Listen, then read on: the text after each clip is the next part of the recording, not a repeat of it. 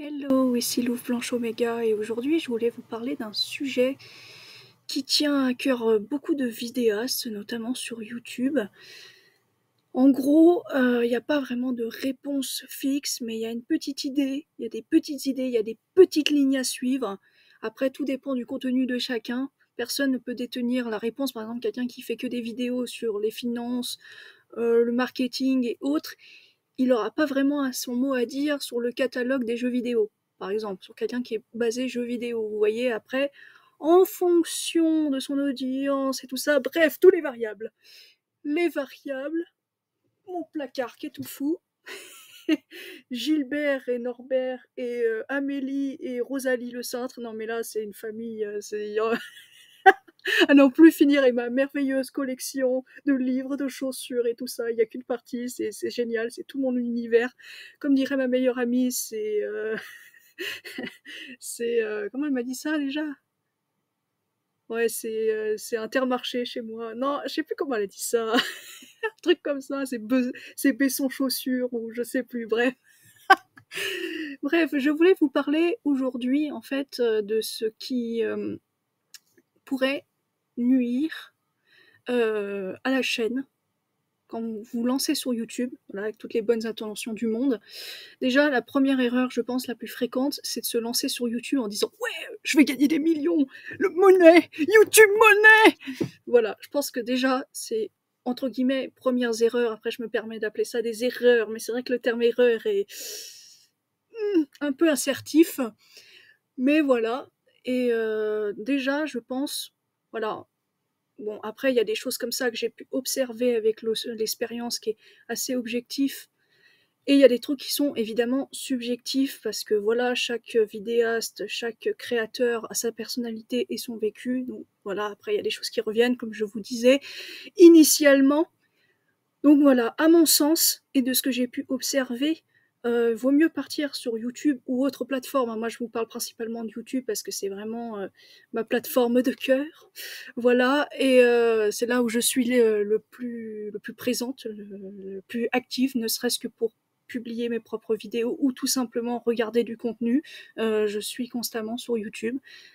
Un peu plus régulièrement maintenant sur Twitch parce que Twitch, voilà, c'est une plateforme aussi qui a, j'allais dire, son mot à dire. Mais voilà, elle a son, voilà, c'est une bonne sœur de YouTube, on va dire, surtout quand on est dans le gaming comme moi, que j'aime bien faire du let's play. Je suis quand même très basée let's play, donc c'est vrai que Twitch c'est une plateforme que je regarde de plus en plus. Je sais pas pourquoi je te cette tête là, mais bref. Donc voilà, partir avec des passions. Voilà, avec des passions. Je sais pas, moi, par exemple, si vous êtes passionné par le dessin, pourquoi pas faire des montages, des dessins, des animations, des histoires. Si, voilà, comme moi, le gaming, les let's play, voilà. En fait, je dirais, à mon sens, maintenant, en 2024, il faut vraiment se dire qu'il faut penser à ce qu'on peut apporter en contenu parce que, voilà, il faut dire ce qu'il y a. YouTube, ça fait des années que c'est là. Il n'y a plus grand chose de, entre guillemets, de nouveau. C'est comme les films, les livres et tout ça. Il y a une idée qui revient depuis des années que tout a été fait, tout a été dit. Donc, en gros, maintenant, ce qui apporte, ce qui change la donne, c'est la pâte à l'édifice, ce qu'on apporte en tant que personne, avec nos compétences, notre humour, notre personnalité. Vous voyez ce que je veux dire? Voilà, donc voilà, première erreur à mon sens, commencer en mode oui, moi je suis là pour gagner de l'argent. Enfin, voilà, après, je dis pas c'est une vocation louable, hein, YouTube. Hein. Moi aussi j'ai un projet sérieux et pro pour YouTube. Mais voilà, l'erreur, on va dire, ne pas commettre, ça serait de dire ça, ouais, je fais ça pour gagner de l'argent. Vous voyez ce que je veux dire? De mettre ça comme premier socle. Ou alors, voilà, en oublier ce pourquoi on commence YouTube. Moi, je dirais, pour bien commencer sur YouTube, en 2024, commencez par définir, voilà, vous prenez un papier ou votre main, un post-it à coller sur votre front.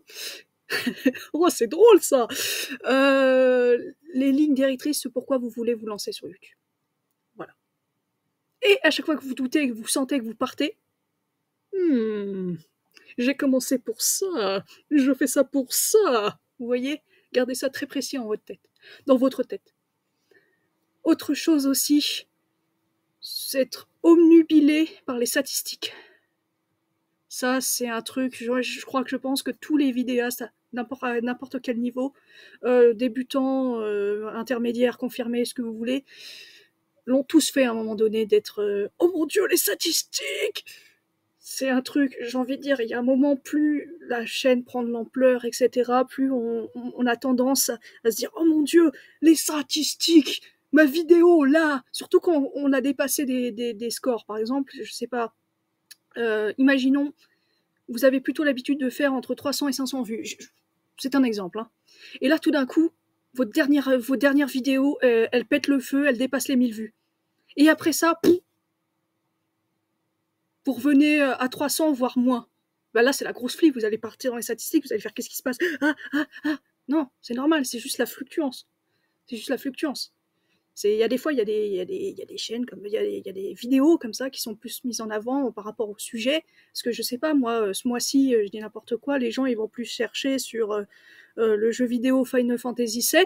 Donc si vous faites quelque chose en Final Fantasy VII à cette période, il y a plus de chances que ça soit exposé devant. Vous voyez ce que je veux dire?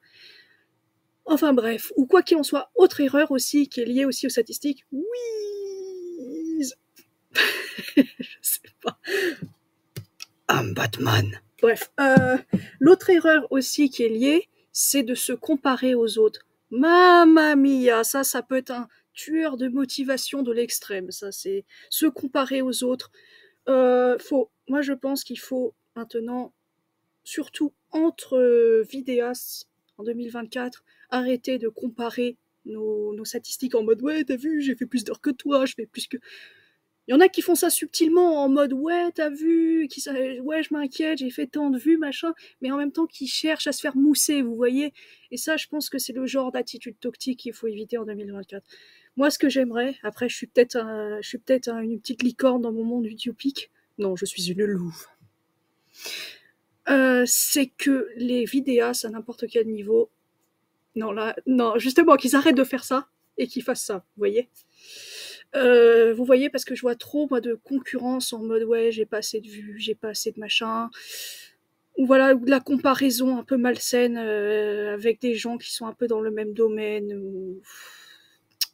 Non, les petits amis, soutenons-nous, bâtissons notre communauté sur des respects et des intérêts communs, plutôt que se déchirer en mode oh non, lui il a plus d'abonnés que moi.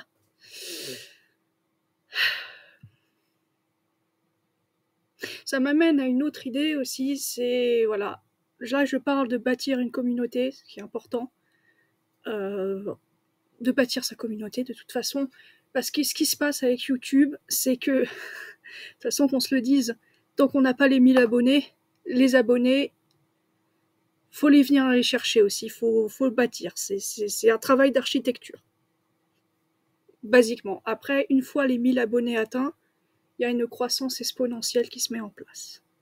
Mais juste avant, YouTube, justement, il teste la motivation, il est là, alors, voyons, est-ce qu'ils arrivent jusqu'au palier nécessaire d'augmentation exponentielle et statistique? Voilà, ça parle de maths. Oh. Non, je plaisante, je suis nulle en maths, mais voilà, c'est des choses comme ça, c'est des connaissances que j'ai accumulées. Après, voilà, je résume en gros, en large et en travers, pour que cela soit accessible et, je l'espère, point ennuyeux. Donc voilà.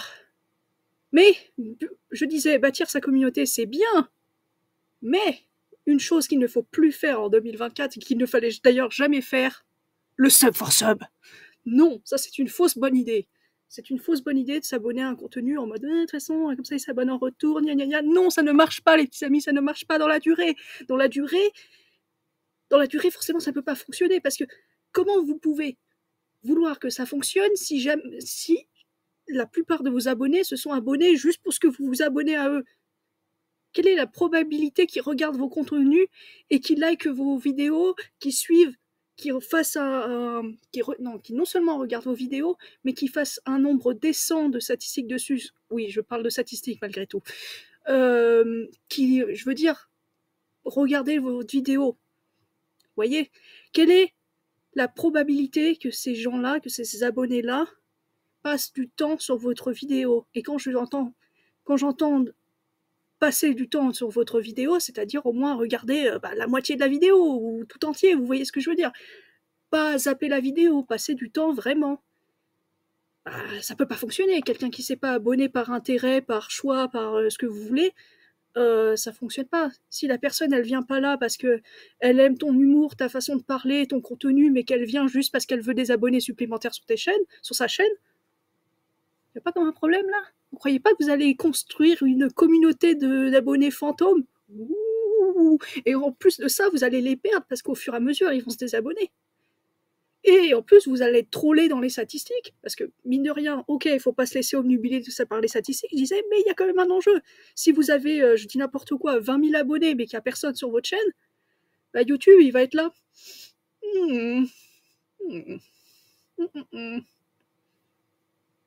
Et no thanks, bro. Voilà, ça va être un petit peu compliqué. Donc voilà, bâtir sa communauté avec des gens qui s'abonnent pour vous. Voilà. Après, le sub for sub peut avoir plusieurs visages.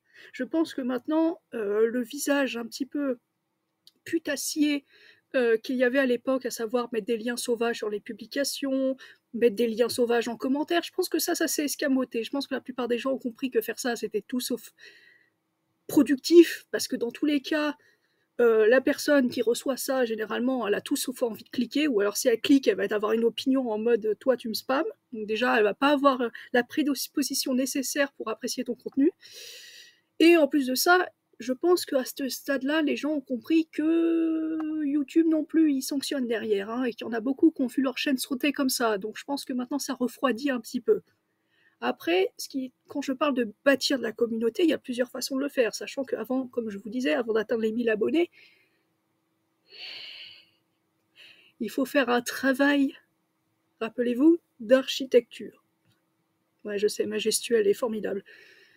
Donc voilà, moi je pense que les réseaux, c'est toujours un atout essentiel en 2024 pour attirer les gens sur sa chaîne, à condition que ça soit fait intelligemment, n'est-ce pas? Encore une fois, pas de spam, partage avec des gens susceptibles d'aimer votre contenu par rapport aux intérêts, des gens avec qui vous avez discuté, des gens qui sont aussi sur YouTube, etc. Là, il peut y avoir une cohésion tout à fait décente. Voilà. Après, qu'est-ce qu'un bon abonné? Est-ce qu'on se soit déjà posé la question en 2024 ou autre, qu'est-ce qu'un bon abonné? Il y en a qui vont répondre, ouais, un abonné, c'est un abonné qui like les vidéos. Oui, d'accord, mais il faut que l'abonné soit intéressé par ton contenu et regarde régulièrement ton contenu. Moi, ce que je dirais, ce qui fait un bon abonné, c'est pas quelqu'un qui regarde toutes les vidéos parce que forcément toutes les vidéos de A à Z parce que voilà, il a des choses à faire, etc. Peut-être que là, il a manqué ta vidéo, il la regardera plus tard. C'est quelqu'un, pour moi, un bon abonné qui prend le temps de s'arrêter, ce qu'il est en train de faire, ou que sais-je, de sa vie quotidienne et tout ça, de mettre tout ça en pause pour toi, pour regarder ton contenu. C'est ça, un bon abonné! C'est ça, un bon abonné! Un abonné qui revient sur ta chaîne et qui prend du temps juste pour toi, juste pour te voir parler devant la caméra et faire le fou! Ou présenter d'autres choses. Vous voyez ce que je veux dire? Vous, là, vous qui me regardez actuellement, vous avez fait le choix d'arrêter ce que vous faites ou, dans votre temps libre, de venir me voir et d'écouter ce que j'ai à dire. Vous êtes les meilleurs. Voilà. Donc voilà, je pense que c'est à peu près tout ce que j'avais à dire pour aujourd'hui. Portez-vous bien, à la prochaine. Ciao!